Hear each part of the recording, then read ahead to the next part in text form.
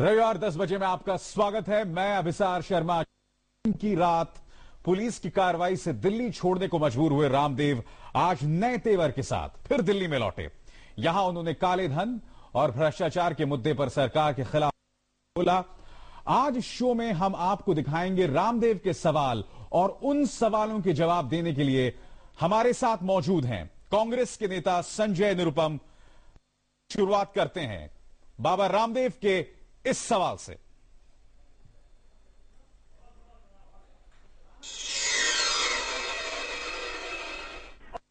के पास काला धन मिला, मैं उस काले धन को राष्ट्रीय संपत्ति घोषित करूंगा। सरकार भी ऐसा करे। 4 जून की रात की घटना इस बात का प्रमाण है कि काला धन किसी और का नहीं, सरकार या सरकार द्वारा पोषित लोगों का है। तो राष्ट्रीय संपत्ति घोषित करने में आपत्ति क्या थी? आज संजय निरुपम, पहला सवाल और आपके पास 30 सेकेंड हैं।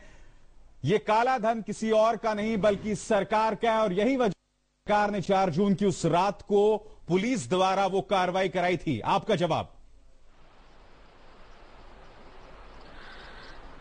बाबा रामदेव जिस तरह की बातें वो बेबुनियाद है। इस बात से इनकार नहीं कर सकते कि हमारे देश में और देश के बाहर बैंकों में काला धन है, लेकिन वो काला धन किसका है, क्या है, इस बारे में निश्चित तौर पर पता लगाया जाना। सरकार इस दिशा में प्रयास भी कर रही है, लेकिन बाबा रामदेव जिस प्रकार से गन पॉइंट पे कह रहे हैं कि आज के आज और कल के कल आप सारा जवाब दीजिए और हमें सारा काला धन लाके दे दीजिए। अब काला धन कोई गाजियाबाद में या हरिद्वार में नहीं पड़ा है जो उठा के लाके रख दिया जाएगा।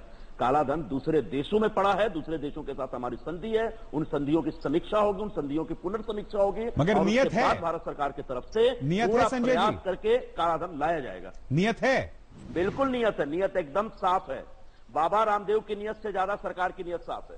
चलिए अब दूसरा सवाल। बाबा रामदेव ने कहा है कि क्या यह देश नहीं घुस सकता? उन्हें सुनते हैं।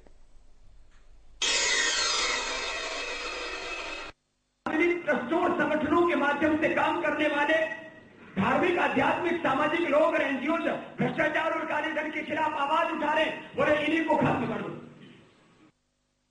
लगता है न्यायालयों से संरक्षण लेना पड़ेगा ऐसे ट्रस्टों को, ऐसे संगठनों को, ऐसे एनजीओ को, ऐसे व्यक्तियों को जहां भ्रष्टाचार, काले धन और भ्रष्ट व्यवस्था के खिलाफ आवाज उठाने। और कुछ आ रही है क्या ये देश एक पार्टी के लोगों के रहने के लिए? दूसरी पार्टी के लोग इस देश पर नहीं रह सकते? जवाब दीजिए संजय जी।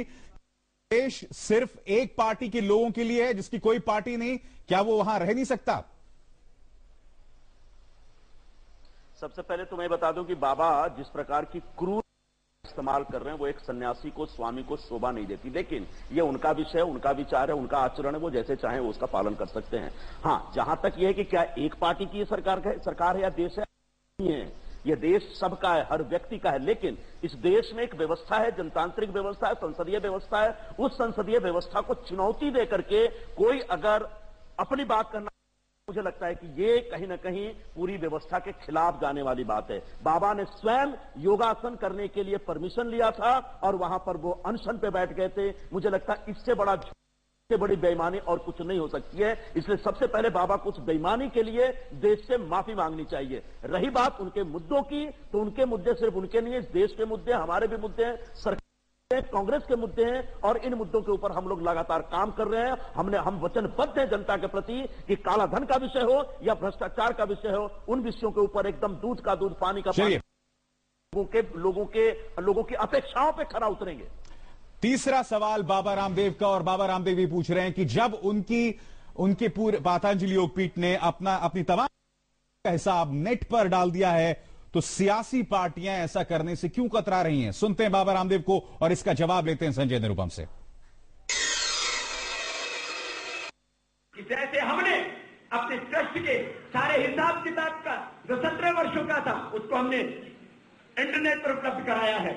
मैं आज सारी राजनीतिक पार्टी एक आह्वान करना चाहूंगा, कितना अच्छा हो कि वो भी अपने सभी ट्रस्टों का हिसाब किताब इंटरनेट के ऊपर उपलब्ध कराएं।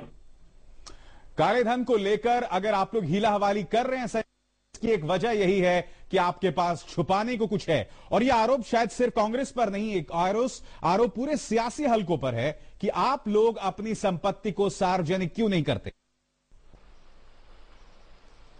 अगर बाबा ये समझते हैं कि दुनिया में सबसे ईमानदार वही हैं और बाकी पूरी दुनिया, पूरा हिंदुस्तान के तमाम लोग बेईमान हैं, तो मुझे लगता है कि बाबा के मानसिक अवस्था के ऊपर एक सवाल खड़ा करने का वक्त आ गया है। एक दूसरी बात, आप अपनी वेबसाइट पे क्या डालते हैं, यह आपके ऊपर निर्भर करता है। और अगर आपको लगता है कि वेबसाइट पे जो कुछ डाला है सब कुछ सही है, तो फिर छानबीन करने दीजिए। छानबीन, अगर मैं सच हूं तो किसी भी प्रकार की छानबीन या किसी भी प्रकार की खोजबीन से मैं नहीं घबराऊंगा। पुलिस को जो छानबीन करनी है करे, इनकम टैक्स को जो छानबीन करनी है करना, डीआरआई को जो छानबीन करनी है। बाबा इस बात के ऊपर इतना तांडव क्यों कर रहे हैं? तांडव का आरोप शायद आप पर बाबा लगा रहे हैं। हमारे साथ बने रहे संजय निरुपम, क्योंकि जो अगला आरोप उन्होंने लगाया है और अगला सवाल आपसे कि सरकार दमन कर रही है, सरकार दबाव रही है शांतिपूर्ण आंदोलन को। सुनते हैं बाबा रामदेव को। जो जनहित हमने मांग उठाई उसको दरकिनार करने की कोशिश अभी तक भी जारी है। काले धन के ऊपर बात होती, भ्रष्टाचार के ऊपर बात होती ही नहीं है, होनी नहीं दी जाती है। व्यवस्था परिवर्तन की कोई बात करता है, भोजा जाता है, उसको रोका जाता है, उसको दबाया जाता है, उसको कुचला जाता है, उसके साथ षड्यंत्र किए जाते हैं। काला धन और भ्रष्टाचार को मिटाने के बजाय उन लोगों को मिटाने का रोज षड्यंत्र किया जाता है जो भ्रष्टाचार और काले धन के खिलाफ आवाज उठा रहे, जिससे कि आवाज सदा के लिए दबा दी जाए। चिर परिचित अंदाज कह रहे हैं यहां पर बाबा रामदेव। आपके 20 सेकंड शुरू होते हैं। अब आप ऐसी दमनकारी राजनीति क्यों कर रहे हैं? बाबा के खिलाफ सरकार का कोई षड्यंत्र नहीं किया गया। बाबा के साथ सार्वजनिक रूप से सरकार के 4 मंत्रियों ने आमने सामने बैठ करके बातें की और बाबा ने स्वयं स्वीकार किया कि सरकार ने मेरी सारी मांगे मान लिया। उन्होंने खुद अपने स्टेज के ऊपर एक सेलिब्रेट किया था। इसके बाद जब वो सारी बातें नहीं मानते, अपनी बातों से मुकर जाते हैं, तो कानून को अपनी कार्रवाई करनी पड़ती है। मुझे अच्छा नहीं लोगों पे कोई लाठी चलाए। जो भी लोग वहां थे हमारे देश के थे, मेरे अपने थे, लेकिन कानून को एक लॉ एंड ऑर्डर की हिफाजत करने के लिए, कानून व्यवस्था की हिफाजत करने के लिए, सुरक्षा रखने के लिए इस प्रकार की कार्रवाई करनी पड़ी है। वो कार्रवाई गलत हो सकती है, लेकिन उस कार्रवाई के अलावा और कोई विकल्प नहीं था सरकार के साथ। चलिए, इसके बाद जो अगला सवाल है कि अगर बाबा रामदेव इतने बुरे हैं तो आखिर क्यों 4 मंत्री उनके स्वागत के लिए गए? सुनते हैं बाबा रामदेव को। यदि हम कोई अलोकतांत्रिक काम कर, हम यदि देश में अस्थिरता फैलाने का काम कर रहे थे, हम यदि सांप्रदायिक थे, तो क्यों गए 4 मिनिस्टर मुझसे मिलने के लिए एयरपोर्ट के ऊपर? हम यदि मैं गुनहगार हूं, यदि मैं अपराधी हूं, बड़े बड़े मिनिस्टर मुझसे होटल में मिलने के लिए आते, मुझे बुलाते, क्यों प्रणब मुखर्जी मुझसे पत्र लिखने के 7वें दिन बाद शुरू करते? यदि मैं गुनहगार हूं, यदि मैं अपराधी हूं, यदि मैं आतंकवादी हूं, मैं यदि नक्सलवादी हूं, तो क्यों मुझसे बात करते थे माननीय आदरणीय प्रणब मुखर्जी साहब? क्यों प्रधानमंत्री ने मुझे पत्र लिखा? 24 घंटे में संजय निरुपम जी कोई ठग नहीं बन जाता, क्यों? जवाब चाहिए आपसे।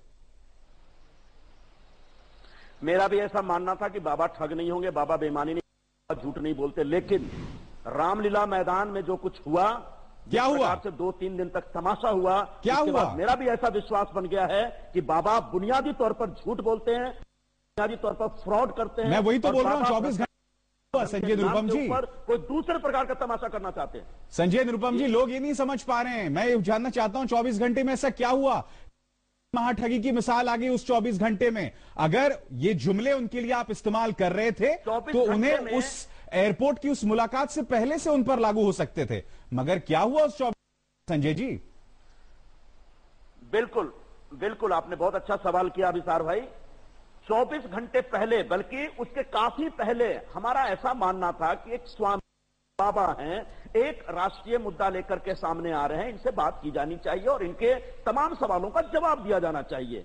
और तमाम सवालों का जवाब देने के बाद भी जब लगता इनका मुद्दा कुछ और है। ये किसी और षड्यंत्र के तहत सारा कुछ कर रहे हैं। झूठ बोल के यहां पे आसन कर रहे हैं, आसन के नाम पे, अनशन के नाम पे लोगों को भड़का रहे हैं। तो निश्चित तौर पर उनके ऊपर संदेह हुआ, और जब चरित्र के ऊपर संदेह हुआ, चलिए अगला सवाल जो है वो निहायत ही संवेदनशील सवाल है।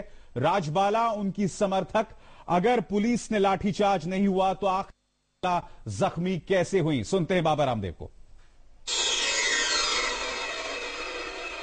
बहन राजबाला की हालात आज यह है कि उसके हाथों और पैरों में 1% भी किसी तरह का मूवमेंट नहीं है। उसकी गर्दन पर अभी तक भी चोट है, चोट का निशान है, पीठ के ऊपर डंडों का निशान है, डंडों का निशान है। जो ये बात कही गई कि पुलिस ने कोई डंडा नहीं मारा, तो आखिर जो बहन राजबाला आज मरणासन्न है, उसकी गर्दन को किसने तोड़ा? उसकी पीठ के ऊपर डंडा किसने मारा? उसके पैरों के ऊपर डंडा किसने मारा? संजय जी, अगर भगदड़ में भी राजबाला को ये चोट लगी, किससे हुई? किसने कराई वो भगदड़? अभिसार, सबसे पहले मैं स्पष्ट कर दूं, राजबाला इस देश की एक बेटी है। जैसे बाबा की बहन है, वैसे मेरी उसको चोट लगी है, तो बाबा से ज्यादा मुझे भी दुख हो रहा है, और मुझे दुख होना चाहिए।